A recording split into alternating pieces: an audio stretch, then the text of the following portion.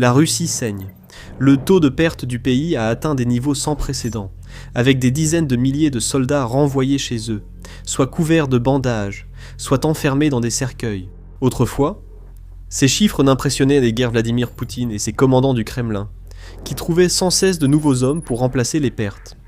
Mais maintenant, c'est un problème majeur, car alors que les pertes de la Russie augmentent, ses niveaux de recrutement diminuent. Depuis plusieurs mois d'affilée, le nombre de morts et de blessés a dépassé le nombre de personnes prêtes à rejoindre les rangs russes, obligeant le Kremlin à recourir à des mesures de plus en plus désespérées pour tenter de contrôler cette crise qui s'aggrave. Cela couvait depuis longtemps. Les commandants russes ont adopté des tactiques imprudentes et gaspilleuses depuis le premier jour de cette guerre, envoyant leurs soldats au combat sans préparation, formation ou équipement adéquat. Pour beaucoup, la soi-disant opération militaire spéciale n'était guère plus qu'une mission suicide. Et comme l'Ukraine a opposé une résistance bien plus forte que ce à quoi Moscou s'attendait, il n'a pas fallu longtemps pour que les premiers soldats russes tombent au combat. Au fur et à mesure que la guerre avançait, la situation n'a fait qu'empirer. Afin de réduire le nombre de chars et de véhicules blindés détruits, le Kremlin a changé de stratégie, ordonnant aux troupes de charger les positions ukrainiennes sans aucun soutien blindé pour les appuyer. D'innombrables groupes d'hommes ont depuis été envoyés à la mort. Des frères, des pères et des fils, traités comme peu plus que de la chair à canon, jetés sur les lignes de front par des commandants incompétents qui continuent de croire que leurs tactiques de force brute finiront par porter leurs fruits, malgré des années de preuves du contraire. Pendant ce temps, l'Ukraine se renforçait chaque année et ne se limitait plus à se retrancher et à résister aux attaques russes. Elle traquait activement et détruisait ses ennemis, maîtrisant l'art de la guerre par drone tout en développant des armes plus grandes, plus performantes et plus explosives à utiliser contre la machine de guerre du Kremlin. Même les observateurs occasionnels voyaient ce qui arrivait. La stratégie insensée de la Russie était totalement insoutenable à long terme, et ce n'était qu'une question de temps, avant que le taux de perte catastrophique du pays ne devienne insupportable. En effet, dès février 2025, l'Institut pour l'étude de la guerre avait noté que le pays atteignait un stade où son recrutement ne suffirait plus à compenser ses pertes. Le dispositif actuel de génération de forces de la Russie semble incapable de recruter la main-d'œuvre dont l'armée russe a besoin pour maintenir le rythme actuel des opérations offensives du pays. Tous les signes étaient là. Il ne s'agissait pas seulement du fait que la Russie perdait un nombre énorme de soldats, mais il y avait aussi de nombreuses preuves suggérant que le pays avait de plus en plus de mal à recruter de nouveaux membres dans ses rangs militaires. Les autorités régionales russes avaient mené des campagnes promotionnelles plus soutenues pendant plusieurs mois pour attirer de nouvelles recrues, tout en augmentant les primes versées aux recrues et à leurs familles en cas d'engagement. Ces paiements ont commencé à dépasser largement le salaire moyen russe, le Kremlin espérant que plus d'argent suffirait à attirer plus de personnes. Le ministre russe de la Défense a aussi modifié la législation pour permettre à des personnes avec certaines maladies ou troubles de rejoindre l'armée. Le pays a même demandé à l'un de ses rares alliés restants, la Corée du Nord, d'envoyer des troupes pour aider à libérer le territoire russe que l'Ukraine avait réussi à saisir dans la région de Koursk. En voyant toutes ces preuves s'accumuler, un pays rationnel aurait ajusté ses tactiques sur le terrain, afin de réduire le nombre de ses pertes. Ses commandants auraient pu arrêter d'ordonner autant de missions d'assaut suicidaires et inutiles le long des lignes de front, par exemple, ce qui aurait permis à davantage de soldats russes de rester en vie, indemnes et prêts à se battre un autre jour. Mais la Russie a rarement été perçue comme un pays rationnel ces dernières années. Même lorsque le nombre de ses pertes dépassait largement ce que quiconque qualifierait de soutenable, elle a obstinément persisté avec ses tactiques insensées et imprudentes. De nouvelles recrues arrivaient sur le front et étaient vite envoyées dans des zones de mort où beaucoup mouraient dès les premières semaines. En effet, dès la fin de 2024, les principaux analystes ont révélé que l'espérance de vie moyenne d'une recrue russe était comprise entre 2 semaines et 1 mois. Avec le temps, elle a encore raccourci. Il n'était qu'une question de temps, avant que la Russie ne puisse plus recruter assez de soldats pour remplacer ses pertes en première ligne. Et ce moment semble être arrivé à la fin de 2025, près de 4 ans, après le début des combats. Des rapports de début 2026 ont révélé que la Russie perdait désormais plusieurs milliers de soldats de plus qu'elle ne pouvait en recruter. Moment clé de la guerre, l'Ukraine attendait de savoir si c'était un incident isolé, ou le début d'une nouvelle tendance. C'était la seconde option. Le même schéma s'est poursuivi dans les mois suivants, Et encore, pendant plusieurs mois consécutifs, de la fin 2025 au début 2026, la Russie a perdu plus de soldats qu'elle n'en a recrutés. Les chiffres exacts sont impossibles à obtenir et les estimations varient selon les sources. L'initiative Je veux vivre, une ligne d'assistance de l'État mise en place en Ukraine pour aider les soldats russes Koïchkats à se rendre en toute sécurité, affirme que la Russie a recruté un peu plus de 80 000 personnes au cours des 3 premiers mois de 2026. Parallèlement, les données de l'état-major général ukrainien, reprises par l'Institut pour l'étude de la guerre, indiquent que, pendant cette même période, le Kremlin a subi des pertes de plus de 85 000 hommes. Cela a été confirmé par des données recueillies par le chercheur allemand Janis Kluge, qui a examiné l'évolution des niveaux de recrutement des Russes depuis 2024. Kluge a constaté que, bien que 2024 ait été une année relativement stable et que la Russie ait constamment atteint, voire dépassé, ses objectifs de recrutement, les taux ont commencé à baisser tout au long de 2025, certains mois. On a observé une baisse de 20% ou plus du nombre de nouvelles recrues par rapport au mois précédent. Et en 2026, la différence était évidente. Au cours des premiers mois de cette année, la Russie recrutait en moyenne seulement 800 soldats par jour. Mais au premier trimestre de 2025, elle en recrutait entre 1000 et 1200 par jour. En conséquence, Je veux vivre et d'autres organisations ont prédit que la Russie n'atteindra probablement pas son objectif de recruter 409 000 soldats sous contrat en 2026. Et ce n'est guère surprenant. Il y a de nombreuses raisons pour lesquelles le pays a de plus en plus de mal à trouver des personnes prêtes à signer un contrat qui entraînera très probablement leur mort seulement quelques semaines plus tard. Au début de la guerre, ce n'était pas aussi difficile. À cette époque, la Russie pouvait encore compter sur sa machine de propagande pour faire croire aux gens que l'opération militaire spéciale se déroulait sans accroc, que le peuple ukrainien n'attendait que d'être libéré par de courageux héros russes, et que toute l'opération serait terminée en un rien de temps. Beaucoup d'hommes valides, naïfs et crédules ont cru à ces histoires. Ils pensaient pouvoir s'engager dans l'armée, toucher un joli chèque pour s'aider eux-mêmes ou aider leur famille, faire leur temps sur le front, puis rentrer chez eux une fois la conquête de Kiev terminée. Mais les semaines sont devenues des mois, et les mois des années, et les mensonges du Kremlin sont devenus de plus en plus faciles à démasquer. Beaucoup étaient encore prêts à se battre, mais beaucoup commençaient à comprendre la vérité. Ils savaient qu'accepter d'aller sur la ligne de front en Ukraine revenait, en fait, à une condamnation à mort. Ils voyaient que la Russie ne gagnait pas la guerre, qui risquait de durer des années, et de plus en plus de gens voulaient s'en éloigner. Avec le temps, il est devenu beaucoup plus difficile pour les recruteurs russes de convaincre les gens qu'ils devraient un y partir se battre, alors ils sont devenus désespérés.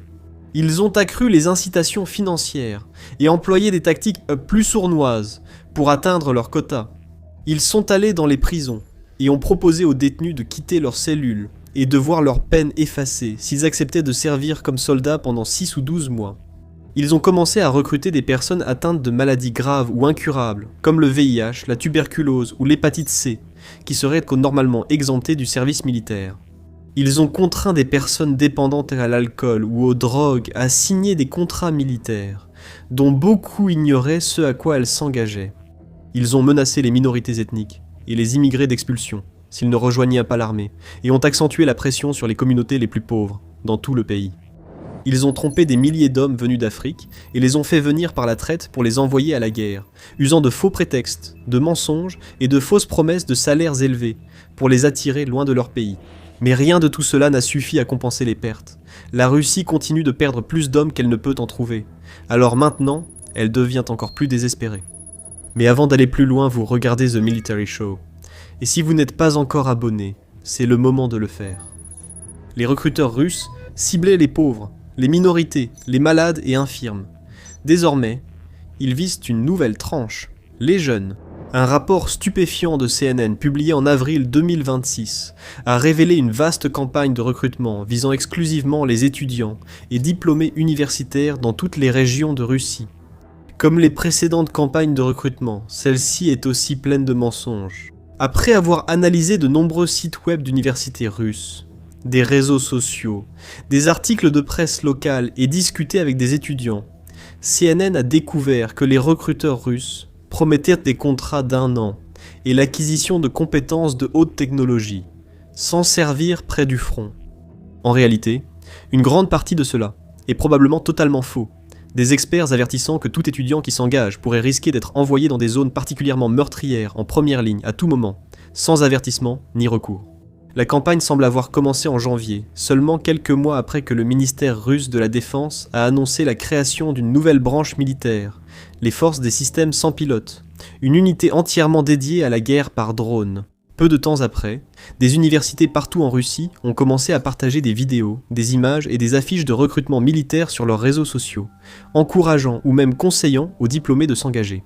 Certaines sont allées plus loin, accueillant des soldats et des vétérans russes qui ont prononcé devant les étudiants des discours de propagande motivants sur la soi-disant opération militaire spéciale. Un média russe indépendant, spécialisé dans les questions étudiantes, a approfondi l'enquête et a découvert qu'au moins 269 universités et collèges à travers la Russie et les territoires ukrainiens occupés participent activement à cette campagne de recrutement. Cela inclut certaines des institutions les plus prestigieuses du pays, comme l'Université d'État de Saint-Pétersbourg, où Vladimir Poutine lui-même a étudié, et la Haute École d'économie de Moscou, qui a d'ailleurs organisé son propre festival de systèmes sans pilote en février. Les images, vidéos et publications sur les réseaux sociaux montrent clairement que cette campagne marketing cible la jeune génération. Une vidéo montre un jeune russe jouant à des jeux vidéo dans sa chambre, tandis qu'une voix off dit « On t'a dit que tu perdais ton temps avec les jeux vidéo ». Le joueur est ensuite transformé en opérateur de drone tandis que la narration continue. Mais il existe un endroit où ton expérience est particulièrement précieuse. C'est une astuce marketing simple mais potentiellement efficace, et le thème des jeux vidéo est presque omniprésent dans les autres supports promotionnels. Une vidéo de l'université d'économie Plekhanov à Volgograd, par exemple, montre un écran partagé, avec un joueur d'un côté et un opérateur de drone de l'autre, accompagné de la légende « Choisis le bon skin ». Certains messages de recrutement indiquent clairement que les joueurs seront prioritaires lors de la candidature. Les jeunes subissent une forte pression. Beaucoup se demandent quelles seront leurs prochaines étapes et manquent de conseils ou de modèles pour les guider. Pour certains, toute cette campagne ressemble aussi à une trahison, car les institutions mêmes qui étaient censées les former et les instruire les incitent désormais à sacrifier leur vie. Un étudiant a résumé ses sentiments à ce sujet pour CNN. Les étudiants subissent une pression immense. Bien sûr, entendre constamment des appels à participer à l'opération militaire spéciale est très désagréable. Comprendre que l'université fait tout pour t'envoyer à la guerre, c'est encore pire. Un étudiant a révélé que lors des événements de recrutement sur le campus, on promettait aux participants l'effacement de la dette, divers avantages et seulement 1 an de service à l'arrière, loin de la ligne de front. C'est sûrement l'une des campagnes de recrutement les mieux planifiées de la guerre. L'une des plus hautes autorités du pays, le ministère russe de la Défense, a décidé précisément comment cela devait fonctionner. Selon l'avocat militaire russe Artem Kliger, le ministère de la Défense a donné des instructions très précises aux universités, leur indiquant qui cibler et comment attirer leur attention. Le ministère précise que les étudiants, hommes et femmes, doivent être ciblés, et que les universités doivent insister sur les connaissances et compétences uniques acquises, avec un risque moindre face au feu ennemi qu'un soldat classique. Elle ordonne également d'offrir des incitations financières importantes, avec un minimum de 400 000 roubles, soit près de 5 000 $. Certaines universités vont cependant beaucoup plus loin, comme l'Université d'État de Saint-Pétersbourg, qui propose des primes uniques d'environ 10 000 $ rien que pour s'inscrire, suivies d'un salaire annuel de base de près de 70 000 $. Kliger note que l'argent est probablement le seul aspect de toute cette campagne qui comporte une part de vérité. Tout le reste est un mensonge. Il s'agit d'un simple contrat avec l'armée russe, sans date limite, sans conditions particulières. Parce que toutes ces publicités omettent de mentionner un fait très important. Poutine n'a jamais officiellement annulé le décret sur la mobilisation partielle qu'il a signé en septembre 2022. Ce décret a complètement changé la donne pour les recrues militaires russes, stipulant que tous les nouveaux contrats militaires restent en vigueur jusqu'à la fin de la période de mobilisation partielle. Cette période n'est pas encore terminée, donc toute personne qui signe un contrat maintenant est toujours soumise à ce décret. En d'autres termes, il n'existe pas de contrat à durée déterminée d'1 an. Les jeunes qui tombent dans ce piège ne passeront pas juste 1 année près du front à piloter des drones comme à un jeu vidéo, avant de rentrer sains et saufs chez eux. Ils resteront coincés là-bas, peut-être jusqu'à leur mort ou qu'ils soient trop blessés pour se battre. Et cela empire. La promesse que les étudiants recrues soient stationnés loin des lignes de front ne repose sur aucune loi ou législation réelle. Comme le note Grigorios Verdlin, responsable de l'association caritative anti-guerre Get Lost, dès qu'une personne signe le contrat, elle devient littéralement l'esclave du ministère de la Défense. Il peut être affecté à toute unité selon les besoins du ministre de la Défense, sans possibilité de choisir. Beaucoup d'étudiants le savent déjà, ou sont assez conscients pour comprendre que s'engager dans cette guerre n'est pas une bonne idée. Tous les étudiants à qui CNN a parlé, par exemple, partageaient une méfiance commune envers la propagande du Kremlin. L'un d'eux a affirmé qu'aucun de ses camarades de classe ou amis n'envisageait de signer un contrat, même s'ils étaient dans des situations financières difficiles. Un autre a ajouté qu'il jugeait ces absurdités peu convaincantes, et a exhorté ses camarades à réaliser que tout cela est une arnaque. Mais cela ne signifie pas que la campagne va échouer. Cela ne permettra peut-être pas de recruter suffisamment de nouvelles recrues pour reconstituer complètement les rangs russes vacillants. Mais cela pourrait tout de même suffire à convaincre certains étudiants plus crédules, désorientés ou en difficulté de signer sur la ligne pointillée. En effet, il semble que certaines universités concentrent activement leurs efforts de recrutement sur les étudiants qui risquent le plus d'échouer à leurs cours. Un étudiant a révélé qu'il avait été convoqué à une réunion de groupe spécial réservée à ceux qui sont en retard dans leurs études, où lui et ses camarades de classe ont été encouragés à rejoindre l'armée. Un autre a raconté une histoire plus préoccupante, où l'université a failli expulser un tiers du groupe et les a forcés à signer immédiatement un contrat pour rester. Certaines universités adoptent des tactiques de plus en plus insidieuses pour atteindre leur quota de recrutement. Il y a eu des rapports selon lesquels certaines universités, par exemple, raccourcissent les délais pour que les étudiants terminent et soumettent leurs devoirs, rendant ainsi plus difficile pour eux d'obtenir les notes dont ils ont besoin pour valider leurs cours. La logique est facile à suivre, rendre la réussite plus difficile pour que davantage d'étudiants échouent, et ces mêmes étudiants en difficulté et stressés seront plus faciles à pousser à s'engager. Un étudiant a indiqué que le personnel universitaire cherchait à identifier les nouveaux étudiants, avec des problèmes de santé mentale ou d'intégration pour les cibler. Ces étudiants sont invités à des entretiens individuels, où on leur propose des emplois dans l'armée pour s'assurer qu'ils obtiennent leur diplôme, et évitent de s'endetter lourdement. Ce sont des histoires vraiment stupéfiantes de maltraitance émotionnelle évidente. Les universités, des lieux où les gens vont pour être soutenus, pour apprendre, pour acquérir les connaissances et les compétences dont ils ont besoin, pour réaliser leurs rêves ou devenir productifs, se retournent activement contre leurs propres étudiants, exploitant cruellement leurs peurs et leurs angoisses, tout cela pour alimenter l'insatiable machine de guerre du Kremlin. Comme le conclut un étudiant, je n'aurais jamais imaginé que mon université bien-aimée deviendrait quelque chose dont je devrais protéger mes amis. Mais c'est ce qu'est la Russie de Poutine aujourd'hui.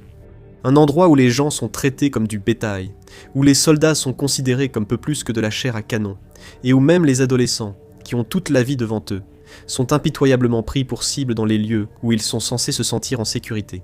Et tout cela parce que l'armée russe est dans sa position la plus faible à ce jour, ce que vous pouvez découvrir dans cette vidéo, qui explique comment les tactiques obstinées du Kremlin ont mis son armée à genoux. Sinon, regardez cette vidéo pour découvrir comment les troupes du Kremlin sont contraintes de se rendre non pas à des soldats, mais à des drones et robots, tandis que l'Ukraine apporte la nouvelle génération de guerre aux portes de la Russie. Pour d'autres analyses comme celle-ci, abonnez-vous dès aujourd'hui à The Military Show.